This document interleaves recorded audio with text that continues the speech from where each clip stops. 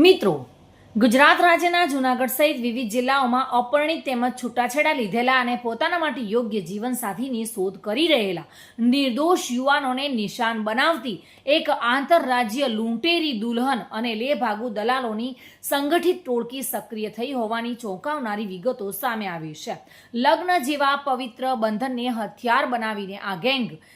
લગ્ન ઉત્સુક યુવકો સાથે લાખો રૂપિયાની છેતરપિંડી આચરવાનું એક મોટું આંતરરાજ્ય નેટવર્ક ચલાવવામાં આવી રહી હતી.